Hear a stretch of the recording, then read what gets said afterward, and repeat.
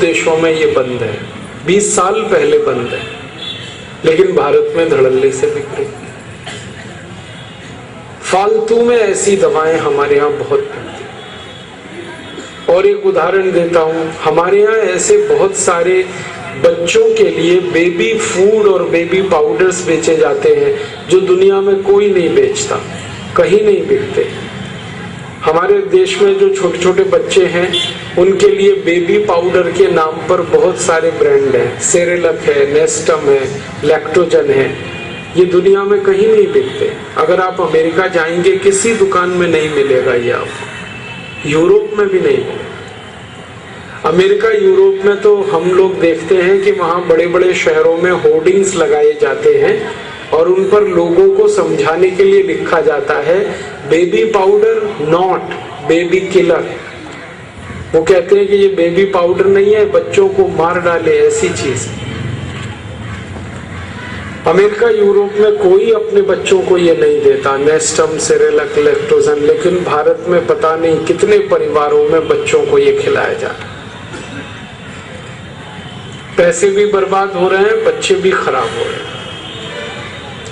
तो ऐसा हमारे देश में ये बहुत बड़ा घटाटोप है, घोटालेबाजी, रिश्वतखोरी में पूरा चिकित्सा व्यवस्था डूबी हुई है हमारी। और इस चिकित्सा व्यवस्था का एक कड़वा सच है, और मैं पहले से आपसे माफी चाहता हूं, लेकिन जरूर होगा। वो कड़वा सच ये है कि ये जितनी बेकार की दवाएं हैं, फालतू की दवाएं, इरेशनल, इररेलेवेंट मेडिसिन, जहरीली दवाएं, इन सबको डॉक्टर्स आपको लिखते हैं एक ही लालच में कि उनको कमीशन मिलता है इन दवाओं को बिकवाने में।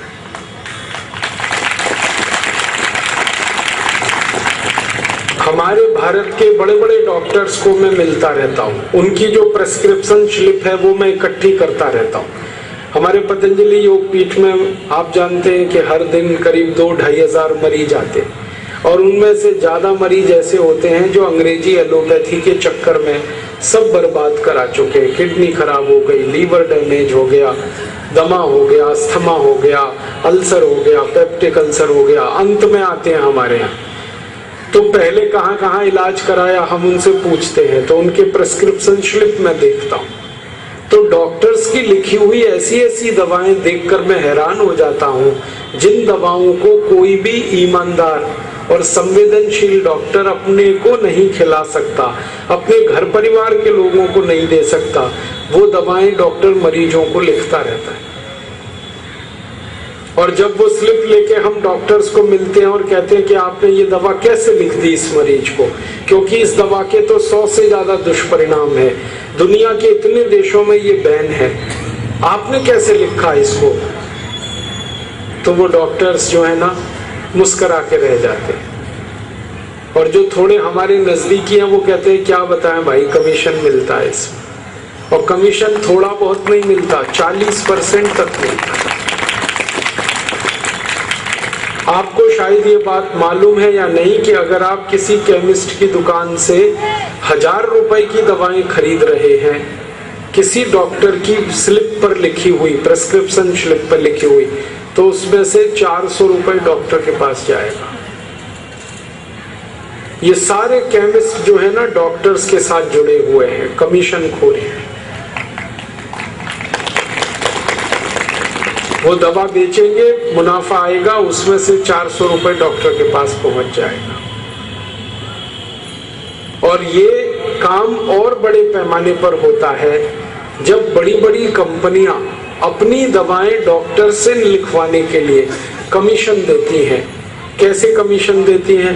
बहुत सारी कंपनियां डॉक्टर्स को कार देती हैं, गिफ्ट में कार दे देती हैं, टेलीविजन दे देती हैं, मोटरसाइकिल दे देती हैं, घर में एसी लगवा देते हैं।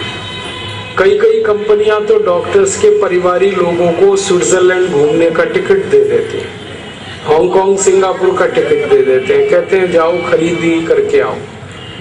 अब वो डॉक्टर जब कंपनी से कार पा जाएगा, स्कूटर, मोटरसाइकिल लेगा, उनकी बहुत सारी सुविधाएं लेगा, तो वो तो उनका जल खरीद गुलाम हो गया। अब तो कई कंपनियों ने इतने खराब तरीके निकाले हैं इस रिश्वतखोरी के कि बहुत सारे डॉक्टर्स हैं जिनके बेटे बेटियों की पढ़ाई का खर्च दवा कंपनी देती है, डॉक्टर्स के टेलीफोन का खर्च दवा कंपनी भरती है, डॉक्टर्स की गाड़ी में डीजल पेट्रोल का खर्च दवा कंपनी देती है। तो वो डॉक्टर वही दवा लिखते हैं जिसको कंपनी कहती है, और कंपनी वो दवाएं लिखवाती है जिसमें मुनाफा बहुत हो, और मुनाफा उन्हीं दवाओं में है जो सबसे खराब और रद्दी दवाएं। ये सारा रैकेट ऐसे चलता है। तो इस चक्कर में आप जो दवाएं खा रहे हैं, आप नहीं जानते कि उन्हीं दवाओं से आप और ज्यादा बीमार होते चले जा रहे हैं। आप नहीं जानते कि कितनी ऐसी दवाएं हैं जो आपके घुटने के दर्द के लिए जिम्मेदार हैं। जितनी एंटीपायरेटिक और एंटी एनाल्जेसिक मेडिसिन है, ये सब घुटनों का दर्द करती है। आपको गठिया होगा, संधिवात होगा, अर्थराइटिस होगा, ऑस्टियोआर्थराइटिस होगा, रूमेटॉइड अर्थराइटिस होगा, ये सब होता है। कितनी ऐसी दवाएं हैं जो आपको मोटापा लाती है। तो इसलिए मैं आप सभी से एक निवेदन करने आया, विनती करने आया कि आप बीमारी से नहीं, बेईमान डॉक्टरों से बचो। आप बीमारी से नहीं, ये बेकार की फालतू एलोपैथिक दवाओं से। ये दवाएं बहुत खतरनाक हैं।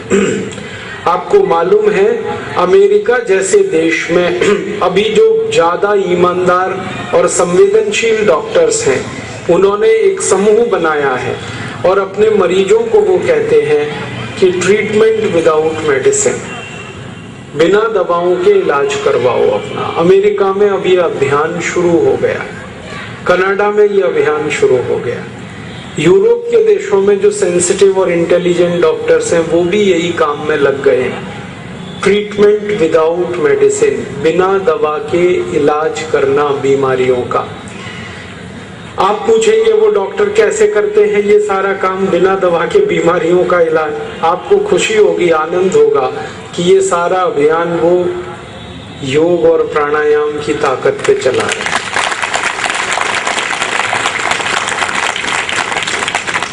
अमेरिका, यूरोप में ऐसे सैकड़ों डॉक्टर्स हैं जो अपने मरीजों को प्राणायाम करा रहे हैं, योग करा रहे हैं।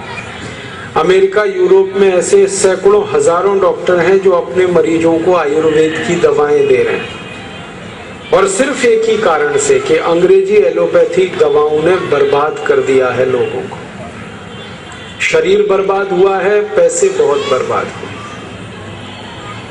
तो जब अमेरिका, यूरोप में योग प्राणायाम चालू हो गया है, तो भारत में क्यों नहीं करना? इसलिए परम पूजनीय स्वामी रामदेव जी ने भारत के एक एक गांव के हर व्यक्ति को योग प्राणायाम सिखाने का संकल्प लिया है, और इसी के लिए ये भारत स्वाभिमान का आंदोलन शुरू किया। आपको एक बात बताता हूँ, थोड़ा आनंद आएगा, आपको खुशी होगी। अमेरिका में हर रविवार के दिन सारे बड़े शहरों में कोई भी खाली जगह नहीं है जहां पर प्राणायाम और योग ना होता हो।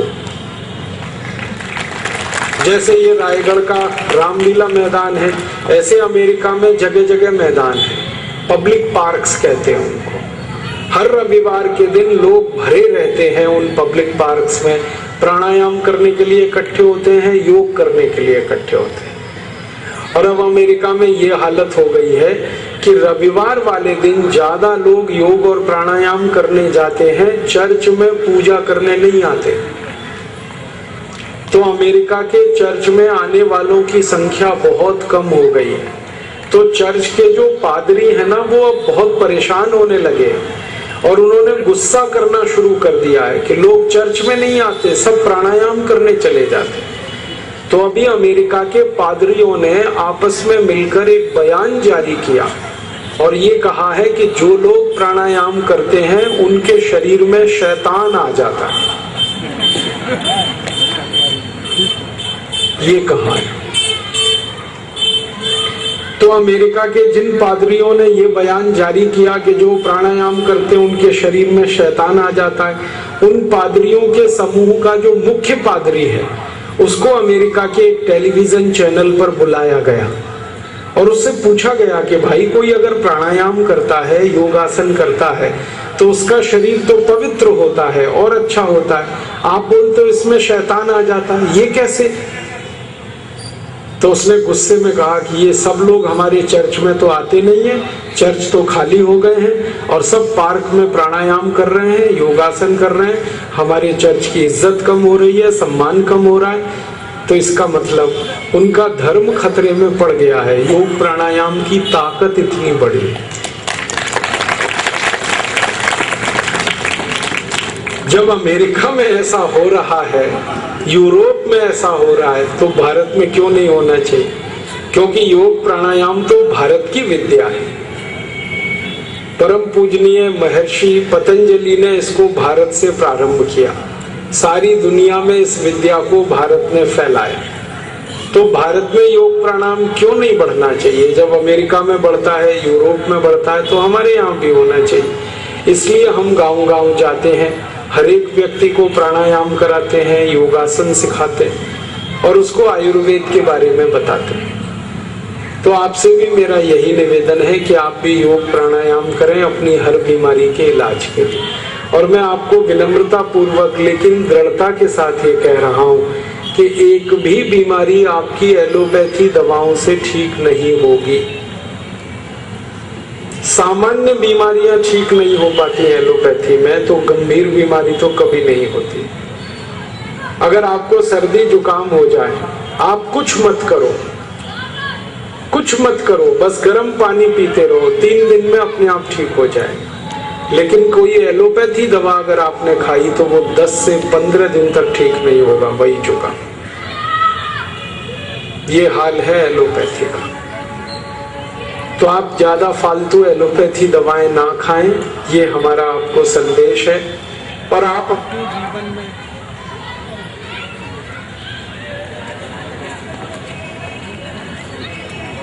योग प्राणायाम का अपने जीवन में उपयोग करें, हर बीमारी का समाधान आपको वहां मिलेगा।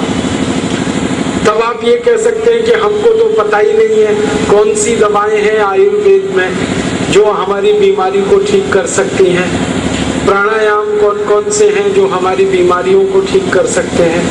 तो आज मैं आपको ऐसी कुछ दवाएं बताना चाहता हूं जो आयुर्वेद में बहुत अच्छी मानी जाती हैं और हमारे घर की रसोई में आराम से वो दवाएं मिल जाती हैं। हमारे जो घर की रसोई है वो दवाओं का सबसे बड़ा भंडार है। तो रसोई घर में जितनी दवाएं हैं और बहुत अच्छी हैं और आयुर्वेद में हजारों वर्षों से इस्तेमाल हो रही हैं, ऐसी कुछ दवाएं मैं आपको बताऊंगा। आपके पास अगर कागज है, कोई डायरी है, नोटबुक है, तो आप जरूर लिख लीजिए और ये दवाएं आपके बहुत काम आएंगी। हमारे जो योग शिक्षक बैठे हैं वो तो जरूर लिखें, क्योंकि हर दिन वो योग कक्षा में जाते हैं और हर दिन उनको इन दवाओं के बारे में लोगों से बात करने में आसानी हो जाएगी।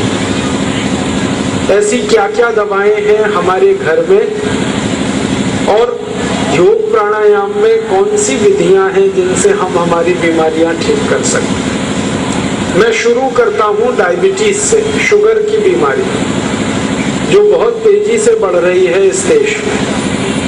5 करोड़ 70 लाख भारतवासियों को शुगर हो चुकी है, डायबिटीज हो चुकी है और सरकारी आंकड़ों के अनुसार 3 करोड़ को होने वाली है। माने 8 करोड़ 70 लाख भारतवासी थोड़े दिन बाद इस बीमारी की चपेट में आ जाएंगे। और ये बीमारी जो है ना, साइलेंट किलर है। साइलेंट किलर का माने आपको चुपचाप मार डाले, ऐसी बीमारी है। अगर आपको डायबिटीज हो गई, शुगर हो गई, तो कभी भी आपको हार्ट अटैक आ सकता है, कभी भी कार्डियक अरेस्ट हो सकता है, कभी भी ब्रेन हेमरेज हो सकता है, कभी भी पैरालिसिस हो सकता है, कभी भी दोनों गुर्दे खराब हो सकते हैं, लीवर खराब हो सकता है। और अगर डायबिटीज आ गई है तो नपुंसकता तो कभी भी आ जाएगी, आंखों की रोशनी आपकी कभी भी चली जाएगी। बहुत खतरनाक है ये डायबिटीज, इसलिए इसके बारे में गंभीरता से आप इलाज करिए। इलाज क्या करना है? सबसे पहले आपको 5 मिनट हर दिन करना है भस्त्रिका प्राणायाम। सवेरे खाली पेट 5 मिनट आपको भस्त्रिका प्राणायाम